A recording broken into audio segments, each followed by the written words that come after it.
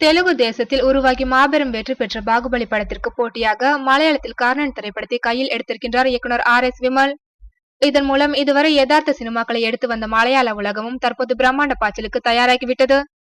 மலையாள நம்பிக்கை நட்சத்திரங்களில் ஒருவரான பிருத்திவிராஜ் இந்த படத்தில் கர்ணன் வேடத்தில் நடிக்கின்றாராம்.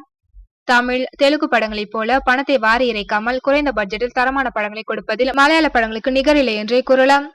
சமீப காலமாக மலையாள மொழியில் வெளியான படங்கள் அனைத்துமே தமிழ் மற்றும் தெலுங்கு மொழிகளில் டப் செய்யப்பட்டு வருகின்றன. பாபநாசம், பிரேமம் மற்றும் பெங்களூர் டேஸ் என்று இதற்கு பல்வேறு படங்களை உதாரணமாக கூறலாம்.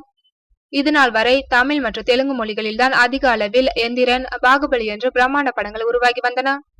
தற்போது இந்த வரிசையில் மலையாள திரையுலகமும் இணைந்து கொள்ள இருக்கின்றது.